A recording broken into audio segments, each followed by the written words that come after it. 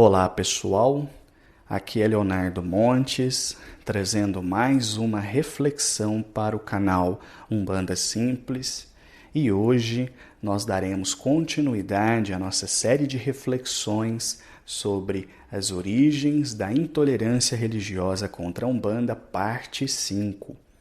Se você quiser ouvir outras reflexões, acesse youtube.com/Umbanda Simples. Lembre-se de se inscrever, ativar o sininho de notificações, curtir e compartilhar os nossos vídeos, beleza? Muito bem, a Umbanda nasce em 1908. Em uma outra reflexão eu vou contar essa história detalhadamente. Nos primeiros anos de existência, a Umbanda parece não ter incomodado nenhuma força religiosa, porque praticamente era um culto praticado num único terreiro. Contudo, com o correr dos anos, outras casas de Umbanda vão ser fundadas. A princípio, diretamente sob responsabilidade do Caboclo das Sete Encruzilhadas e posteriormente de forma independente. De 1908 a 1940, a religião dá um salto inacreditável de um culto realizado numa casa no Rio de Janeiro para uma religião que já contava com milhares de adeptos, com terreiros pelo interior do Rio de Janeiro, em São Paulo, Minas Gerais, Espírito Santo, Rio Grande do Sul e em alguns outros estados brasileiros. Então, em pouco mais de 30 anos, a Umbanda se espalhou e se espalhou de forma muito rápida. Quando isso aconteceu, ela conseguiu atrair o olhar da Igreja Católica, que vamos lembrar, desde antes da época imperial, já estava ali coladinha no Estado para que o governo não permitisse o surgimento de outras religiosidades, e eles nunca falharam nisso. Bom, mais ou menos ali entre 1940 e 1960, a Igreja Católica Apostólica Romana foi uma verdadeira pedra no sapato dos umbandistas. A princípio, os padres usavam parte dos sermões das igrejas para atacar a Umbanda, porque vamos lembrar, a população brasileira era uma população católica. Então, quem frequentava os terreiros de Umbanda eram católicos. Então, a pessoa ia na missa, mas também tinha o pezinho no terreiro. E o padre ficava sempre nervoso quando isso acontecia, achava um absurdo e aproveitava a oportunidade que tinha para detonar a Umbanda em todos os sentidos. Bom, mais ou menos nessa época vai surgir uma figura muito conhecida de quem estuda religião, que é o Frei Boaventura.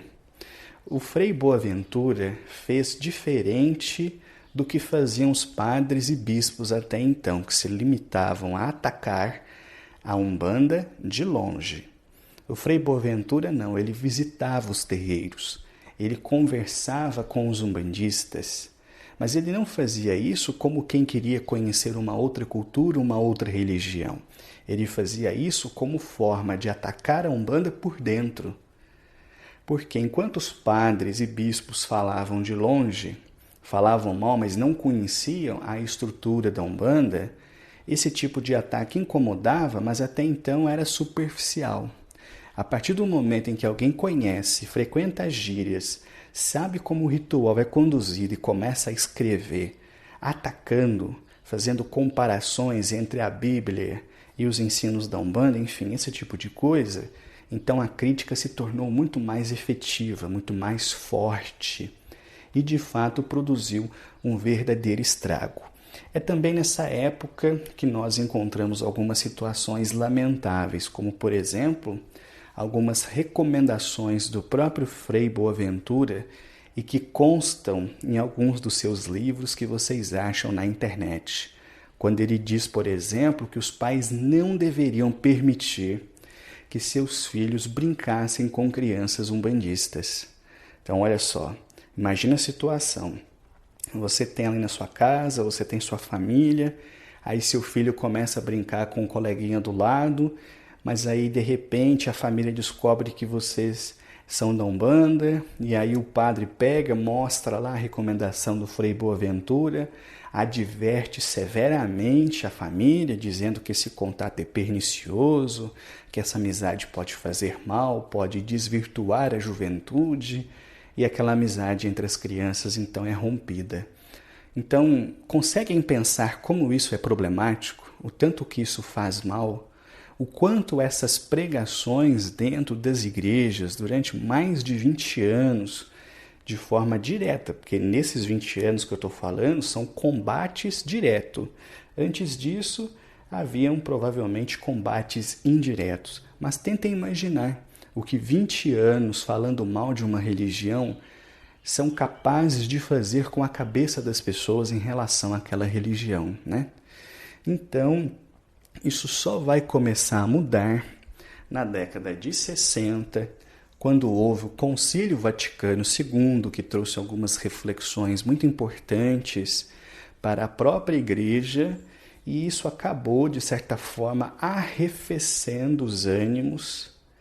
E então, gradativamente, os padres já foram deixando a Umbanda de lado, até porque, a essa altura, já haviam outras religiões, já haviam outros movimentos, já começava a ganhar força no Brasil o movimento protestante, e a igreja, sem dúvida, estava voltando as suas atenções para este movimento, e a Umbanda acabou ficando meio de lado. Mas não pensem que isso acabou por completo. Alguns anos atrás, alguém deixou um papelzinho, uma cartilhazinha, aqui no correio de casa, na caixinha, que tinha o seguinte título: Pode o católico ser espírita? Olha, eles não estavam nem falando de Umbanda, eles estavam falando de espiritismo. E ali haviam várias citações, inclusive do Frei Boaventura, mostrando por que o católico não podia ser espírita também. Então eu estou falando de um papel que, sei lá, foi colocado há uns 7 anos atrás, 8 anos atrás, por aí. Então, os ânimos se arrefeceram, a igreja acabou deixando a Umbanda meio de lado, mas nunca oficialmente pediram desculpa, nunca pediram perdão por essas décadas de perseguições, de difamações que, sem dúvida, fizeram muito mal à religião. Eu vou parando por aqui. Se você quiser ouvir outras reflexões sobre Umbanda, acessa youtube.com/Umbanda Simples. Um abraço a todos.